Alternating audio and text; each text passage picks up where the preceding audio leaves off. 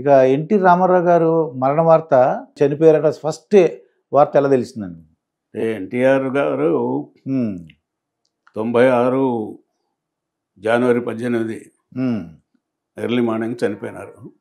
ఆ రోజు ఉదయం 6 గంటలకి నేను అప్పుడు పంజాగుట్ట గవర్నమెంట్ క్వార్టర్స్లో ఉండేవాడిని. ఫోన్ వచ్చింది, ఎన్టీఆర్ గారు చనిపోయినారు రాత్రి అని. 6:20 కల్లానే వెళ్ళిపోయినాను. Road number 13 house. అవునండి. అంటే 2 సింహాలు ఉంటాయి అదండి. అది చాలా చిన్న ఇల్లు. యాక్చువల్గా వాళ్ళ అమ్మాయికి ఇచ్చింది, అది చిన్న అమ్మాయికి ఉమాకి ఇచ్చింది ఆ ఇల్లు. ఒక చీఫ్ మినిస్టర్ లెవెల్లో లేదా ఎన్టీఆర్ లాంటి ఒక పెద్ద గొప్ప పర్సనాలిటీ ఉండాల్సినంత ఇల్లు కాదు అది. చాలా చిన్న ఇల్లు అది. ఎదురుగా శ్మశానాలు అయ్యేనే ఉంటాయి. సరే, ఆ రోజు చిన్న కొడుకు జయశంకర్ కృష్ణ, ఆ అబ్బాయి ఆ ఇంట్లోనే పడుకొని ఉన్నాడు కింద. మరి ఏం జరిగింది, కరెక్ట్గా ఎన్ని గంటలకి చనిపోయాడు కారణం తెలియదు. ఈమె కనీసం లక్ష్మీపార్వతి గారు ఆ చిన్న కొడుకుంటే ఆడికి కూడా చెప్పలే. ఈమె ఏదో ఫోన్లు చేస్తూ వాళ్ళకి వీళ్ళకి ఫోన్లు చేసుకోవడం, ఏదో అయ్యని సర్దుకుంది అది ఇది అంటారు. ఎంత నిజమో తెలియదు. సూట్ కేసులు అవి కొంతమందికి సూట్ కేసులు పంపించిందని. మొత్తం మీద 6:30 కల్లా నలుగురు బ్రాహ్మణాయుడు గారు, తర్వాతంగా బుచ్చే చౌదరి, ఎవరో ఇంకొక 2-3, నేను 5-6 ఉన్నాం అంతే. శవం పక్కన కూర్చొని సరే బాధపడతా ఉంది. అంటే లోపలికి బెడ్రూమ్లో ఉన్నారండి లేదా హాల్లోకి తీసుకొచ్చారు? హాల్లో తీసుకొచ్చారు. బెడ్రూమ్లో కంటే అందరూ పోలేరు కదా, కదా, కిందకి తీసుకొచ్చారు. ఆ తర్వాత ఏమైందంటే ఈమె శవాన్ని ఇక్కడ నుంచి కదిలియటం లేదు, ఇక్కడే ఉండాలని చెప్పి మాట్లాడుతుంది. అమ్మ ఇప్పుడే జనానికి ఇంకా పూర్తిగా తెలియలేదు. ఓకే. ఇప్పుడు తెల్లవారి టీవీల్లో కానీ పేపర్లో రావడం కానీ ఇవన్నీ జరిగితే లక్షల మంది జనం ఇటు వస్తారు. ఇది అసలే చిన్న రోడ్డు, ఇల్లు చిన్నది, ఇక్కడ అయితే స్టాంపీడ్ అయిపోద్ది, ఇది కుదరదు, ఇది మీ అబ్జెక్షన్ ఒప్పుకోవు. అంతలో కమిషనర్ అప్పారావు గారు, వి అప్పారావు గారు, పోలీస్ కమిషనర్, ఆయన కూడా వచ్చారు. సార్ బాడీని మనం లాల్ బహదూర్ స్టేడియం ఓపెన్ గ్రౌండ్లోకి తీసుకుపోదాం అని చెప్పి అనుకుని అందరం కలిసి, ఆమె వ్యతిరేకించినా కూడా మొత్తం షిఫ్ట్ చేసి ఒప్పుకోదు లక్ష్మీపార్వతి గారు. ఆమె ఉద్దేశం ఏంటో తెలియదు. మరి పక్క అక్కడ బయటకు తీసుకుపోతే తన అది ఇంపార్టెన్స్ పొద్దునో మరి ఏంటో అప్పుడు ఉద్దేశం మనకు తెలియదు. కానీ మేము చూసిందంతా కూడా అక్కడ చిన్న ఇల్లు, రోడ్డు చిన్నది, అక్కడ జనం పట్టరు, స్టాంపీడ్ అవుద్ది, లేనిపోందని అని చెప్పి అనుకుని అందరం కూడా కరెక్టే అని అనుకొని తీసుకెళ్ళాము. ఈ లోపల ఆయన ఈ ఆర్ఎన్బి వాళ్ళు వీళ్ళంతా బ్యారికేడ్స్ అయ్యి అని కట్టేశారు. సరే, అది జరిగిన తర్వాత ఆ రోజున హరికృష్ణ గారు లేరు, ఆయన ఫారెన్లో ఉన్నాడు.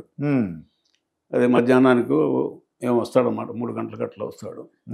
ఈ లోపల సరే చాలామంది సిటీలో వాళ్ళు వీళ్ళని చాలామంది, వేల మంది వచ్చేసారు అప్పటికే జనాలు. చంద్రబాబు సీఎంగా ఆయన అక్కడ లాల్ బహదూర్ స్టేడియంకి వచ్చేసి ఒక రూమ్లో కూర్చున్నాడు. ఆయన ఓపెన్గా అక్కడికి వచ్చేసి అది చేయండి అని చెప్పే స్థితి లేదు కదా అప్పుడు పరిస్థితి. తర్వాత వీళ్ళు కూతుర్లు, 4 కూతుర్లు వచ్చారు, కొంచెం దూరంగా నిలబడ్డారు, శవానికి దూరంగా నిలబడినారు.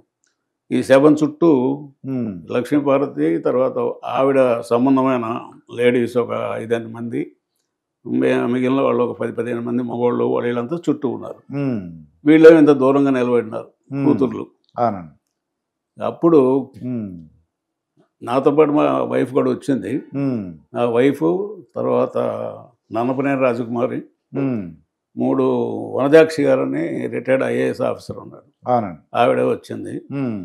వీళ్ళు ముగ్గురు పెద్ద ఆయన కూతుర్లని, భువనేశ్వర్ గారు కానీ లేకపోతే పురంధరేశ్వరి గారు, వీళ్ళందరూ ఉన్నారు. ఏంటమ్మా మీ ఫాదర్ శవం దగ్గర మీరు ఉండకుండా మీరు ఇంత దూరం ఉంటామేంటి, దగ్గరే బాకుండా రండి అని చెప్పి తీసుకుపోయి వీళ్ళని దబాయించి అవతల వేసేసి వాళ్ళని కూర్చోబెట్టారు. ఎట్లా చేశారు. ఆ తర్వాత మధ్యాహ్నం ఈయన హరికృష్ణ వచ్చేటప్పటికి కొంచెం సీన్ మారిపోయింది. ఇక వాళ్ళు అప్పర్ హ్యాండ్ తీసేసుకున్నారు. అంటే వీళ్ళు కూడా అడ్డం తిరిగి ఏం చేయలేదు అనుకోండి. అవునండి. కాకపోతే ఆవిడ ముందు ఆయన పక్కన ఉండాలని కోరికతో వచ్చిండొచ్చు. కానీ వీళ్ళని కూడా పక్క వాళ్ళు వేరే వాళ్ళని వదిలేసేసి వాళ్ళని కూడా తీసుకొచ్చి కూర్చోబెడితే బాగుండేది. అవునండి. కానీ అది చేయలేదు, వీళ్ళు చేశారు. మా మిస్సెస్ వరజాక్ష గారు వీళ్ళు ఇదేంది తండ్రి రెండు దగ్గర మీరుండాలని మీరుండాలి అంటే అక్కడ కూతుళ్ళు ఏంటంటే బయట వాళ్ళగా నిలబడి ఉన్నారు, దూరంగా ఉన్నారు పాపం. దగ్గర మామూలుగా వాళ్ళ మనస్తత్వాలు చాలా నమ్మతైన అమ్మాయిలు అండి. అమాయకత్వం కూడా ఉందండి ఆ టైంకి. అది ఒకటి బాధ ఉంటుంది. మళ్ళీ అక్కడే ఉన్న రప్చర్ ఉద్యోగం మనం పోతే అనుకునే ఆలోచన కూడా ఉండొచ్చు. అవునండి. రప్చర్ కావాలని మరి చుట్టూ కూర్చోబెట్టుకుందో తెలియదు. మనం చెప్పలేము అట్లా. సో వీళ్ళు ఆడవాళ్ళు సహజంగా కొంచెం వాళ్ళు రీజనబుల్ గా ఆలోచించి మీరు రండమ్మా అని చెప్పి వాళ్ళని తీసుకుపోయి కూర్చోబెట్టి చేశారు. అప్పటి వరకు మరి చనిపోయిన దానికి కారణం ఏమిటి అనేది సరే ఆయనకు అనారోగ్యం ఉంది అనేది అందరికీ తెలుసు. అవునండి. అంతకుముందు కూడా దాదాపుగా మేము చేయడం దగ్గర నుంచి చూస్తూనే ఉన్నాను నేను 5 ఏళ్లలో. ఆయన బీపీ ఉంది, షుగర్ ఉంది. తర్వాత అంతకుముందు సినిమా టైంలోనే ఆయనకు చెయ్యి ఒకటి ఆల్మోస్ట్ పెరాలసిస్గా వచ్చి ఇదైంది. తర్వాత ఓపెన్ హార్ట్ సర్జరీ చేయించుకున్నాడు. సో ఇవన్నీ ఆరోగ్య సమస్యలు ఉన్నాయి, ఆరోగ్య సమస్యలు ఉన్నాయి. కాకపోతే ఆయన అంతకాలం ఎట్లా తట్టుకోగలిగాడంటే ఆయన చేస్తున్న ఎక్సర్సైజ్, యోగా బాగా గట్టిగా చేస్తాడు. ఒక 2 గంటలు, గంటన్నర దాకా చేస్తాడు చెమట పట్టేటట్టుగా. దాంతో ఆయన సర్వైవ్ అయినాడు. సరే ఆ తర్వాత ఏంటంటే పాపంగా ఆరోగ్యం ఒకటి దెబ్బతినటము, తర్వాత ఈ పెళ్ళి ఒకటి, ఈ లక్ష్మీపార్వతి గారి పెళ్లితో కొంత పబ్లిక్ ఒప్పుకున్నా కూడా మీలాంటి వాళ్ళు మనలాంటి వాళ్ళు ఎందుకు ఈ వయసులో పెళ్ళి ఏంటి అంటాడు. ఆయన కూడా తర్వాత రియలైజ్ అయినాడు కొద్దిగా, అరే నేను తప్పు చేశానని రియలైజ్ అయినాడు. సరే కారణం ఏదన్నా కానివ్వండి, ఆయనకు మానసికంగా కొంచెం బాధపడినాడు. అందువల్ల హార్ట్ అటాక్ వచ్చి చనిపోయినాడా లేకపోతే ఇంకేదైనా జరిగిందా అనేది మనం ఎవరు చెప్పగలిగిన స్థితి లేదు. కాకపోతే ఏంటంటే కొంతమంది అనేది అప్పుడు కూడా ఆయనకు హార్ట్ ప్రాబ్లం అంతా కూడా సోమరాజు గారును తర్వాత కుమార్ అని ఒక ఆయన వాళ్ళు రెగ్యులర్గా వచ్చి చూస్తుండేవాళ్ళు. దురదృష్టవశాత్తు ఆ రాత్రి మరి ఏం జరిగిందో కానీ వాళ్ళకి ఇన్ఫర్మేషన్ పోలా, వాళ్ళకి వెళ్ళలేదు. వాళ్ళకి కార్డియాలజిస్ట్ని పిలవలేదు. ఎవరో ఒక లేడీ డాక్టర్ ఒక ఆవిడ ఉంది, గైనకాలజిస్టు. ఆవిడకు అంతకుముందు కూడా ఆవిడ కూడా వస్తే పోతుండేవాళ్ళు. ఆమెను ఏదో పిలిచినారని తర్వాత ఈ మిగిలిన అందరికీ కూడా చెప్పకుండా ఏం జరిగిందో చెప్పకుండా లేకపోతే ఎలా చనిపోయింది రకరకాల ఊహాగారాలు చేస్తారు సహజంగా ఒక్కొక్కళ్ళు. కాకపోతే ఏంటంటే ఆ స్థాయిలో ఉన్నటువంటి మనిషి తర్వాత ఒక ముఖ్యమంత్రిగా అంతకాలం పనిచేసి తర్వాత ఒక గొప్ప యాక్టర్గా ఉండి అలాంటి మనిషి చనిపోతే మరి పోస్ట్ మార్టం చేస్తే బాగుండదేమో అనుకొని కూడా కొంతమంది చేశారు. మరి పోస్ట్ మార్టం చేస్తే అసలు కారణం తెలిసేది. చాలా మంది అనేవాళ్ళు ఇప్పుడు వాళ్ళ మీద వీళ్ళ మీద అపోహలు పెట్టుకున్నటువంటి వాళ్ళు ఏదో జరిగింది అని చెప్పేటువంటి వాళ్ళు ఆ పోస్ట్ మార్టం చేస్తే బాగుండేది కదా అని అంటారు.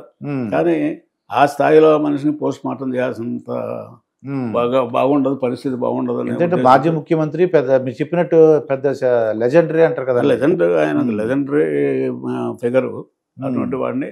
అందులో అంతకుముందు నుంచి ఏదో అనారోగ్య సమస్యలు ఉంటూ వచ్చినాయి.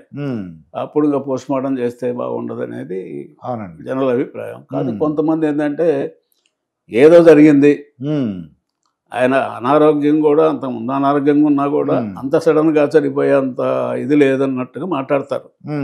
సరే పాపం పుణ్యం భగవంతుడికి తెలియాలి, అది ఆ రాత్రి ఏం జరిగిందని ఎవరు తెలియదు. ఇది జరిగిన తర్వాత ఇక ఆయనకు లాల్ బహదూర్ స్టేడియంలో సాయంకాలం దాకా హరికృష్ణ వచ్చిన దాకా బాడీ ఉంది. ఆ తర్వాత సరే జరగాల్సిన కార్యక్రమాలు జరిగినాయి. కొద్దిగా హరికృష్ణ గారు అంటే కొద్దిగా వీళ్ళందరూ బలం అనుకుంటాను, అంటే కొద్దిగా అంటే ధైర్యంగా మాట్లాడడం లేదంటే మిగిలిన వాళ్ళతో పోల్చుకుంటే హరికృష్ణ కొంచెం ధైర్యవంతుగా తర్వాత ఎక్కువగా మనిషి కూడా ఎమోషనల్ గా రియాక్ట్ అవుతాడు ప్రతిదానికి. మిగిలిన వాళ్ళందరూ కొంచెం కామ్ గోయింగ్ టైప్. ఊరుకునే స్థితి కాదు. ఏమన్నా మరి ఆయనకి అనుమానం రాలేదండి ఎందుకు చనిపోయారు? అనుమానం వచ్చినా అనుమానం అంటే ఓపెన్గా ఏం చెప్పరు కానీ అవునండి. లోపల కొంతమందికి అనుమానాలు ఉన్నాయి. ఉమ్, ఎవరు చేశారు ఎందుకు చేశారు అనేది ఎవరు అవునండి. చెప్పలేం కదా. రాత్రి ఎవరు అక్కడ ఎవరు లేరు కదా. అవునండి. చిన్న కొడుకేమో పడుకొని ఉన్నాడు వాడు కింద, ఉమ్, మరి ఈవిడ ఉంది, ఉమ్, అంతే. అంతే అండి. మరి ఏమైనా ఘర్షణ పడి ఏం తెలియదండి ఎవరికి తెలియదు కదా, అవునండి. లోపల ఏం జరిగిందో తెలియదు. ఉమ్. మళ్ళీ బట్టలు గిట్ల అన్నీ మార్చుకొని ఉన్నాడు మామూలుగానే. ఉమ్, అందువల్ల ఈవెన్ షేవింగ్ కూడా చేసుకున్నట్టుగా ఉంది.